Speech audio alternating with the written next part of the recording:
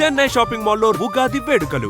మీ పండుగ shopping Chennai shopping మాల్లో చేయండి. అందమైన వస్త్రాలతో పాటు విలువైన బహుమతులు పొందండి.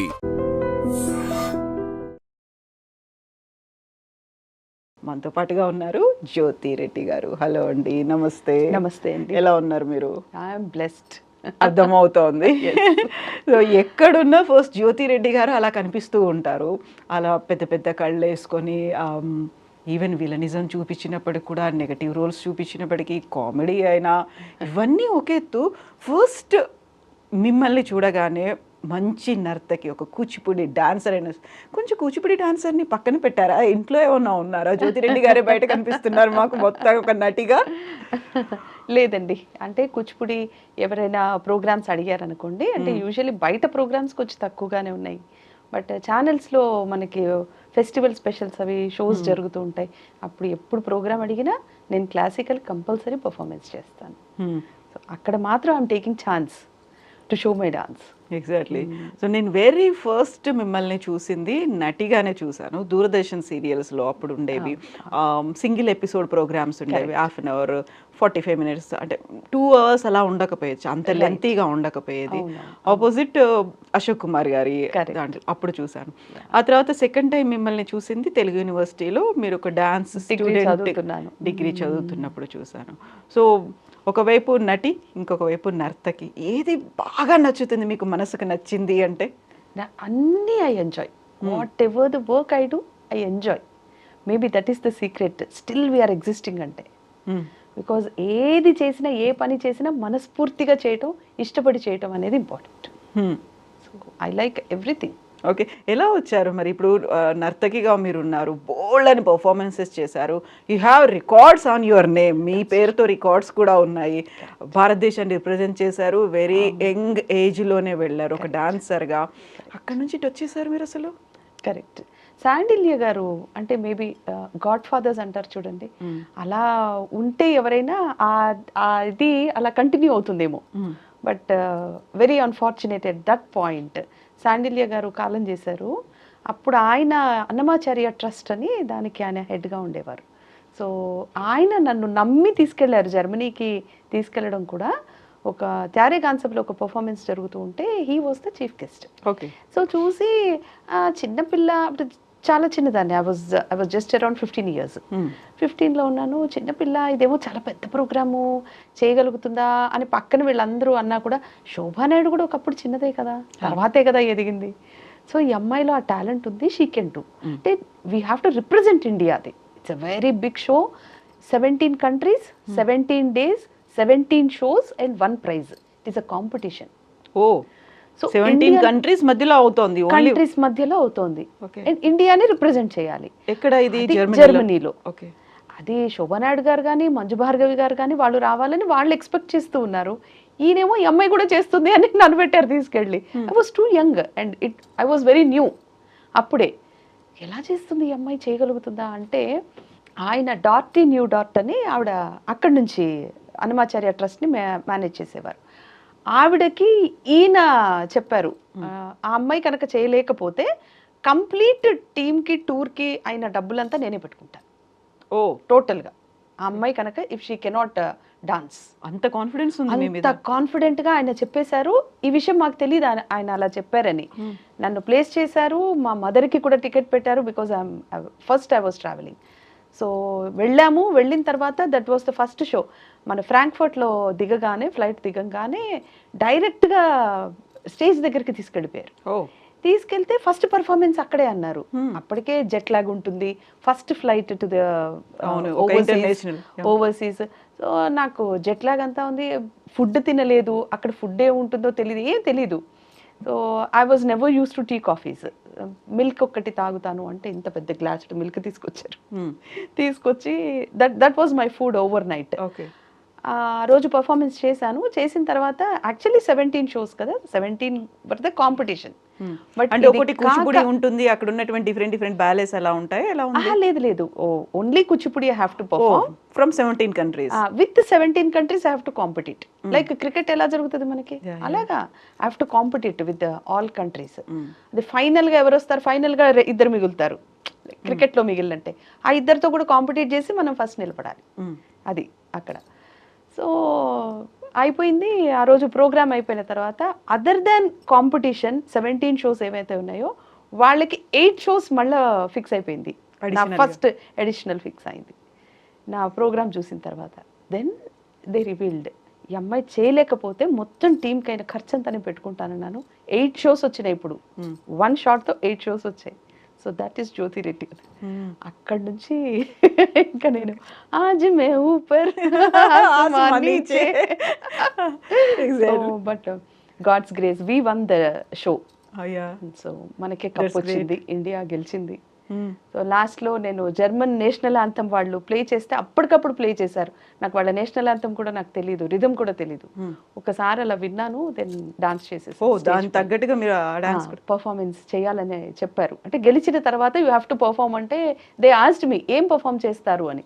యూజువల్లీ అయితే వినాయక కౌతో మన ఐటమ్స్ అనుకుంటాం కదా, but I said I'm representing, so మీరు మాకు ఇంత గౌరవం ఇచ్చారు కాబట్టి I do your national anthem అని ఏదో ధైర్యంగా చెప్పాను కానీ నాకు తెలీదు.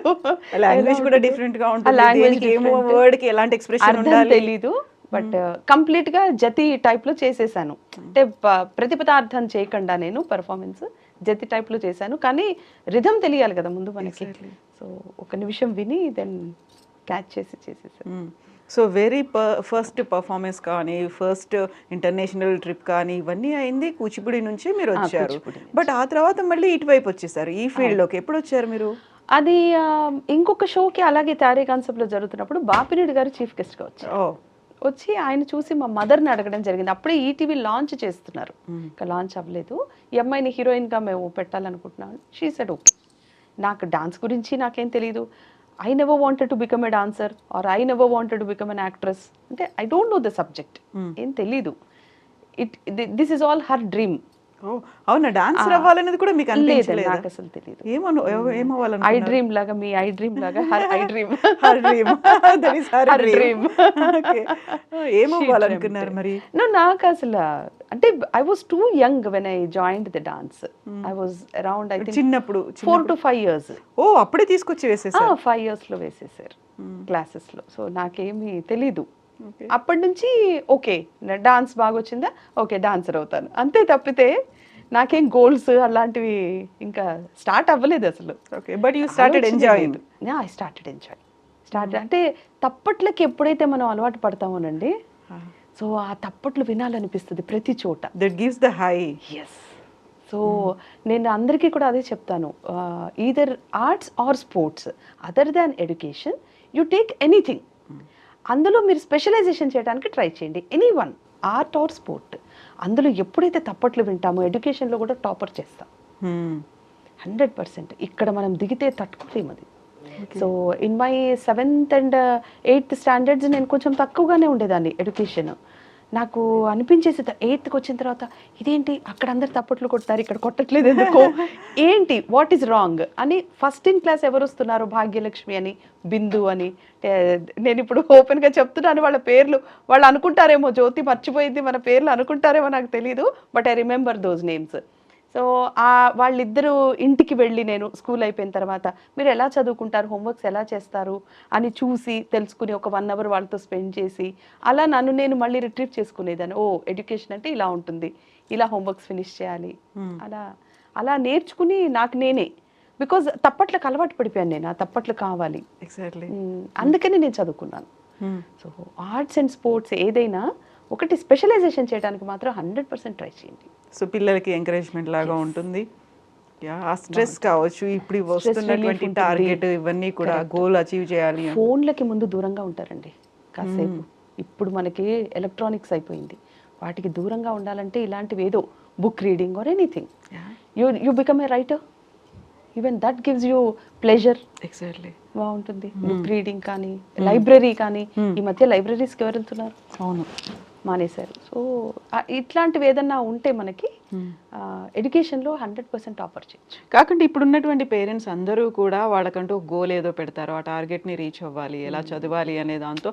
కొంతమంది ఏమో డీవియేట్ అయిపోతున్నారు మొబైల్. వెరీ అన్ఫార్చునేట్ ఏంటంటే ఎలా చదవాలి అనడం కంటే కూడా పర్సంటేజ్ మీద గోల్ పెడుతున్నారు. 99 కావాలి, 99.5 కావాలి అంటే ఆ స్ట్రెస్ ఎక్కువైపోతుంది పిల్లలకి. మనకు అసలు ముందు పర్యావరణమే బాగాలేదండి. సరైన బియ్యం తిందామంటే లేదు, సరైన వెజిటేబుల్ తిందామంటే లేదు, సరేలే గాలి భోంచేసి బతుకుతా అంటే అది లేదు.